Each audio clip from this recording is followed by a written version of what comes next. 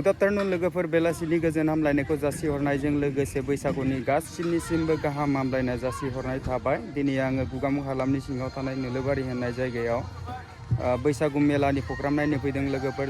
दिनैनि ब्लगाव मा मा देखायलांनो हायो लोगोफ्रा नायलांबाय थाबानो जाबाय। बिदिब्ला लोगोफोर जोङो बेखिनिनिफ्रायनो स्टार्ट खालामनोसै। बादायलायनाय बेखौ जोङो मोननै बाहागोआव रानदों। मोनसेया जाहैबाय मोसानाय मुसुरनायनि थाखाय जों हारिमु बादायनाय, मोनसेया जाहैबाय गेलेमु बादायनाय। जोङो हारिमु बादायनायखौ जागायनायनि सिगां जोङो गेलेमु बादायनाय, बर'नि हारिमुजों सोमोन्दो गोनां गेलेनाय जों बोसोरफ्रोमबो लायो। बे गेलेमु बादायनाय हाबाफारिखौ जों बेखेवनो जोंहा आलासि जोंनि गेजेराव दंफैयो। जों आलासिखौ दान्दिसे उनाव जों सिनायथिनो सानदों। बिथाङा जोंनि गेजेराव दंफैखायो। बेनिखायनो साफ्रोमबो रायजो राजाफोरखौ मोनसे आवगायबोनो खावलायबाय। एसे सिगाङाव फैदों बयबो।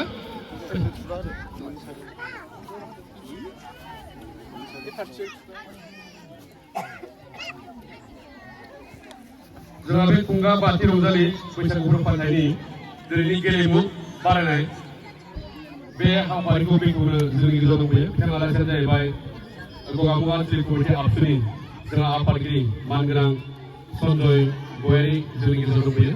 बिथांखौ गांसे आर'नाइजों आफादनि जानाय बरायनानै लागोन आङो जोंनि सुबुंखौ आं बे समाव खावलायबाय। गोजोननाय थाबाय। बिथांखौ गेलेमु बादायनाय बेखेवनायनि सिगां फिथा हास'नायनि सिगां बिथांखौ बे समाव आङो गुसुङै बिबुंथि लाखिलांनो थाखाय बे समाव माइक्र'फनखौ आङो आगबायहरदों। गिबियावनो आंनिफ्राय गाहाम हामलायनायखौ जासिग्रोबाय। आरो बे नोलोबारि रंजालि बैसागु फोरबो आफादनि मानगोनां आफादगिरि गेरेमसा दैमारि बिथां आरो नेहाथारि हेमसिं ब्रह्म बिथां आरो बिथांमोननि गुबुन गुबुन बिबानाव थानाय बिबानगिरि लोगो नोंथांमोन आरो बेवहायनो बाहागो लाफैनो हानाय गुबुन गुबुन गामिनिफ्राय मानगोनां आदै मादै आब' बिनानाव फंबाय गासैनिसिमबो आंनि गोसो गोरबोनिफ्राय गिबियावनो साबायखर जासिबाय। आरो दिनैहाय नैबे नोलोबारि रंजालि बैसागु फोरबो आफादा देग्लाय 5थि बोसोराव आगान होबाय। आरो बेखौनो दिनैहाय नैबे हारिमुजों लोब्बा गोनां जि गेलेनाय बादायलायनाय, बे गेलेनाय बादायलायनायखौ बेखेवना होनो जि खाबु आंनो होबाय, आं बिथांमोननिसिम आरो रोजा रोजा साबायखर बावबाय। आरो देग्लायनि जि बैसागु रंजालि बैसागु फोरबो, बेवहाय फुंबिलिनिफ्राय जाखिनि हाबाफारियाव जाय बिथांमोना बेखेवगिरि हिसाबै आलासि बिथांमोन फैदोंमोन आरो बेखेवना गालांबाय, आं बिथांमोननिसिमबो आंनिफ्राय बिथांमोननिसिमबो रोजा रोजा साबायखर बावबाय। आदा थुलुंगा राजायाबो दिरुं बोनाय गेलेसिगोन। मा जायगानिमोनलाय इयो आदा? सलसलि दा।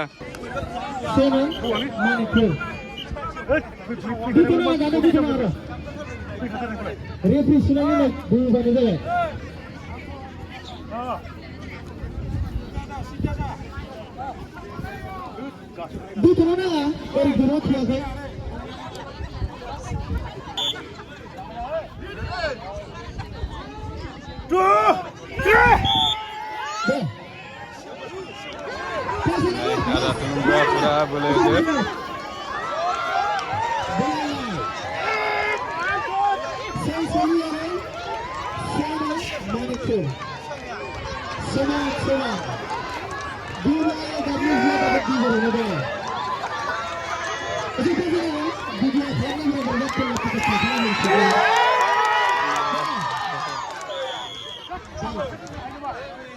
Ground ada tulunga mandi partiga dera tobai. Ada second round unde logofor. Second round kan naik nada nih.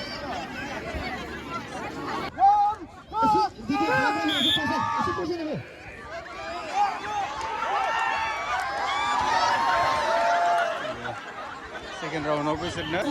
Dera apa nama? Ada mana? Ada dera apa? Naik di sini orang ni. Naik yang mau ji.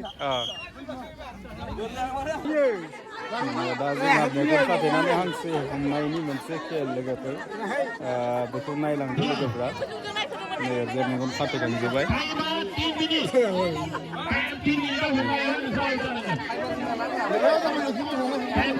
ओरैनो round बेबायदि plate होना दोनदो नै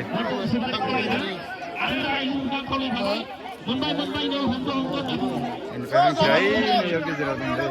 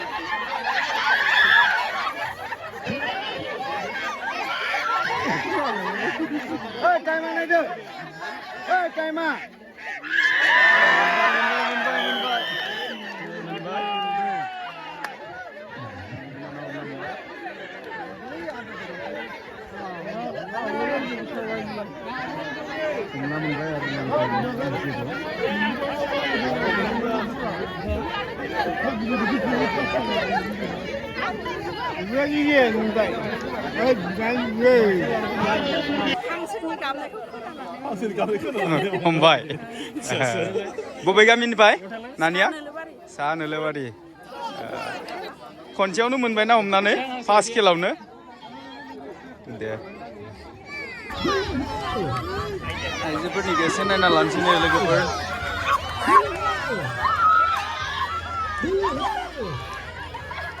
नायदो सोर देरहायो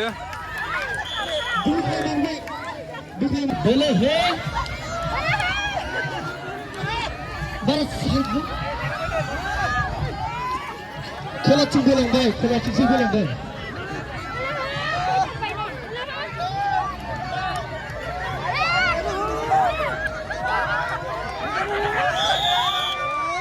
दे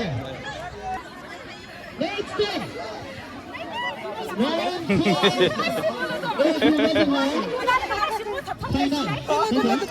day Hadiya नोंसोरखौसो बिराद लोदो लोदो नुदोंमोन माथो इसोरनिख्रुइलाय जेनबाय बोरै जानांगौ जाखो मा नानिमोन दिरुं बोनाय नायदो नामा माबायदि जादों खेला मोजां नुगोना नुवाखै दिरुं बोनायखौ मोजां नुदो नै ओरैजाय नानिमोना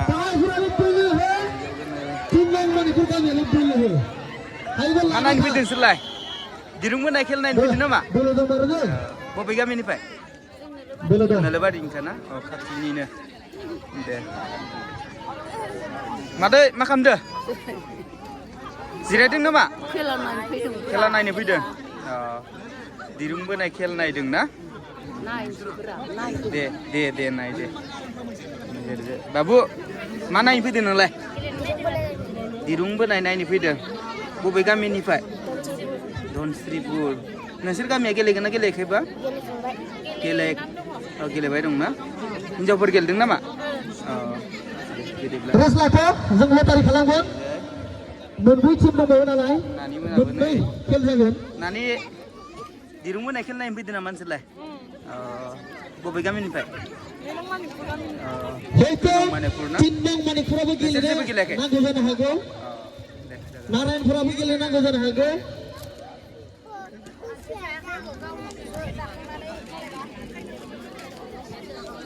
ओरैजायबो दं नै नानि मोना दिरुं बोनाय खेला नायनो फैदों नामा नानि मोनालाय मा खेला नायखो दासिम मोनसेल' दिरुं बोनाय दे होमबा ना मादै बबेनिफ्राय मानिकपुर दे जागोन दे बिदिब्ला ना जोंना नारायणपुरनिफ्रायनो एबो दङ ओरै बिजानाव थाखा नोंसोरलाय गेलेयाखै गेलेदों देरहाबाय बबे गामिनिफ्रायबा नारेंगुरि ना फाइनाल जाथ'वाखै खोमा ना जाथ'वाखै ना दे फाइनालखौ नायनोसै बिदिब्ला ना दे साब्रै केप्टेन फै बेंसिफोरनि नारायणपुरनि सानै आरो 3 नं मानिपुर गामिनि सासे फै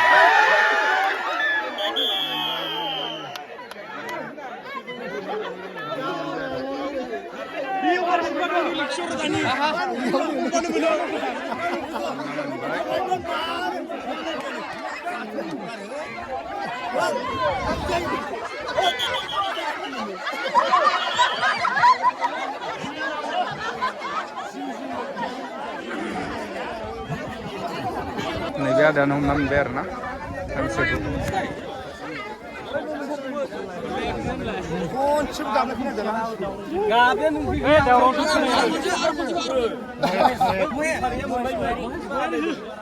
बबे गामिनिफ्राय आदाया धनस्रिपुर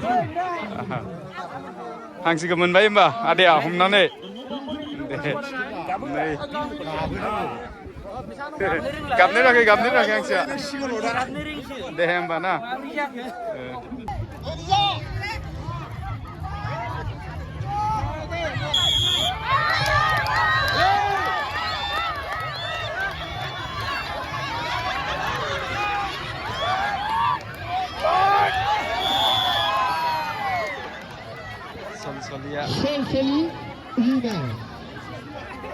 नै दिरुं बोनाय नायग्राफ्रा लोगोफोर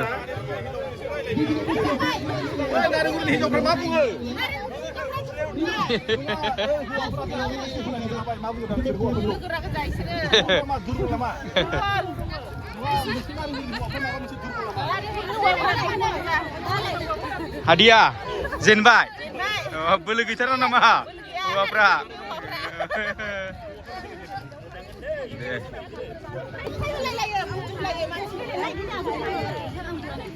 बिथांमोना जेननायनि थाखाय दुखु मोनबाय आरो ना गामिखौ जेननायनि थाखाय जेननायखाय एसे दुखु मोनबाय नारेंगुरिनिमोन नोंसोरबो मानि जाहोनाव जेनखो एसे बुंना होगोन नामा बिसोरो जुमायखौ एसे बारा लोङोना ओंखायनो बिनि थाखायनो जेननाय जाबाय माने बैसागुआव लोंनायनि थाखाय ना बैसागुआव लोंनाया एसे खर'फ्रा गिदिंना दं खोमा बिनि थाखायनो जेनबाय जानाय लोंनायफ्रा एसे खम जायो जितिया ना लोंनायनि थाखाय बैसागु बोथोराव मोसानाय बाजानाय एसे दुखु जायो दे दुखु मोननो नाङा बे बोसोराव जेनदोंब्लाबो गुबुन बोसोरफ्राव देरहागोन बारा सिन्था खालामनो नाङा दे नोंसोरनिबो दङ ना दे नोंसोरनिखौबो नायलांनोसै दे जागोन दे बिदिब्ला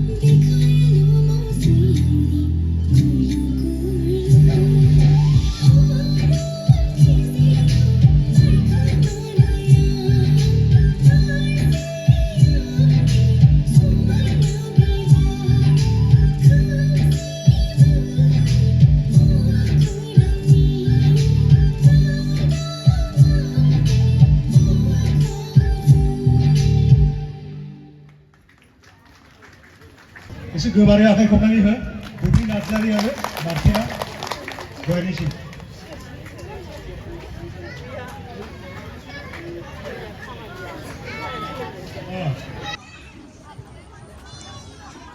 अब्ला लोगोफोर दिनैनि ब्लग भिडिअआ बेखिनियानोमोन। भिडिअखौ नायनानै मोजां मोनदोंब्ला लाइक खालाम, शेयार खालाम, कमेन्ट खालाम आरो जुदि नोंथाङा धीरेन बसुमतारी इउटुब चेनेलाव बोरैबा गोदानै आपल'ड फैफ्लांदोंबा धीरेन बसुमतारी इउटुब चेनेलखौ साबस्क्राइब खालामना होबानो जाबाय।